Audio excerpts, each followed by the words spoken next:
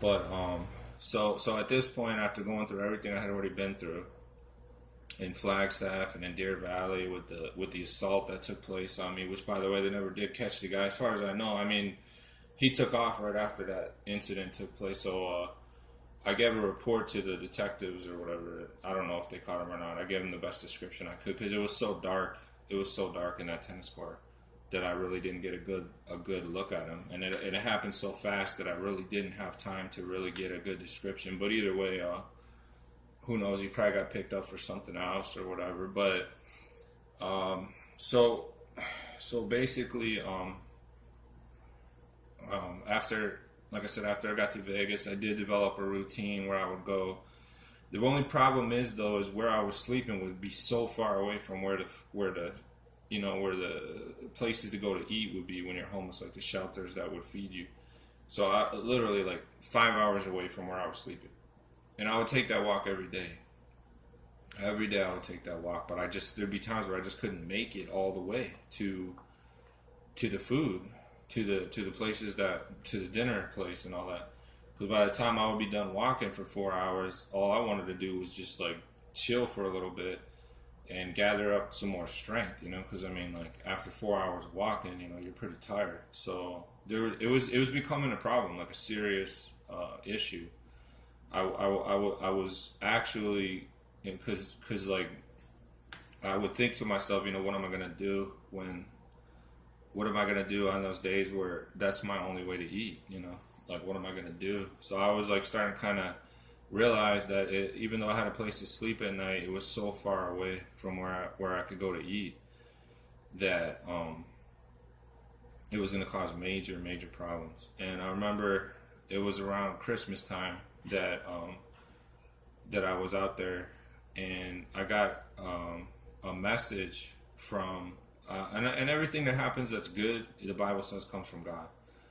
Everything that's good comes from God. So I know that this was like another miracle from God because I got a text message from my wife's cousin, and he said he was gonna try to help me get back to Arizona, but not back to Flagstaff, but back to Phoenix, where I started out at.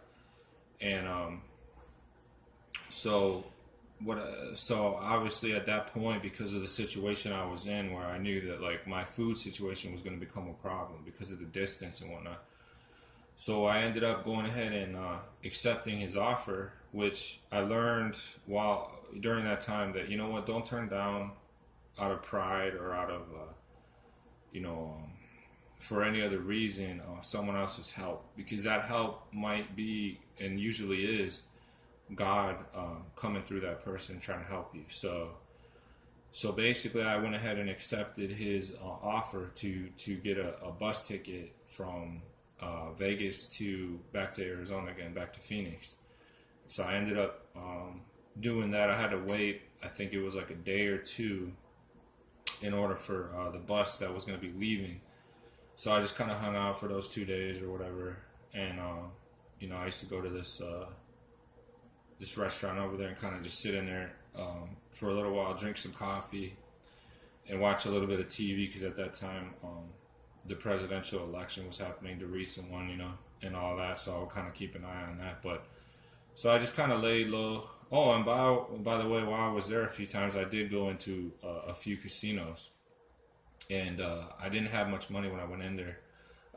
A few times it was a miracle though, because I did need some money to eat on, and I put $5 into one machine one time, and I won like 45, and I put another $5 into another machine one time, and I won $28, and that doesn't happen all that often when you go to a casino, because I know that because I've been to many in my lifetime, and you don't win very often. You might win like 25% of the time, but in these two cases, I won both times, and I only had like $3 and $5 in, like I said, you know what I think? Yeah, I think it was $3 I put in the machine that I won $28 on, if I remember correctly. So that was a miracle right there, because I didn't take that money and just go blow it.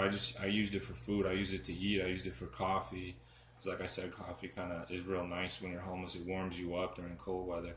But there would be those nights where I'd be sleeping and it would rain. Like I said in Vegas, it would rain all over you, so you had to like I put a jacket over my head, and the jacket would kind of hold off some of the rain on my face. And then for my body, I had my snow pants still, and those were waterproof. But if they get soaked enough, they're not waterproof anymore. You know, like they're waterproof to a degree, but once they get real soaked with water, they start leaking into your other clothes. So there was some very rough nights in Vegas. Thank God it was never as cold as Flagstaff. But one technique that I would use is when I would put that jacket over my head, because there'd be nights where it was real freezing. I mean, life-threatening freezing, and that could happen anywhere. But what I would do is I would breathe into my jacket when my jacket was over my head, over my face. I would breathe into it. I would breathe hot air. You know, I would do that. Use your breath, you know, and it would warm. After like I don't know, so many times of breathing like that, believe it or not, it'll raise the temperature inside that closed area, because you're closing off your head, you're closing it, and you're breathing. You know, warm air comes out. You can feel it. You know, that's warm, and that warmth warms up the whole enclosed area. So you actually can bring your body temperature up by at least 10-15 degrees that way. I would do that. I had to do that. There was times where I had to do that in order to keep myself alive from freezing to death, and it worked. It worked also in Flagstaff too. I used that every single night, but it didn't stop my feet from freezing. Like I said, you still have to get up every hour and walk until your feet literally stop tingling and stop being like frozen and with frostbite, which could happen, but I didn't get frostbite, thank God.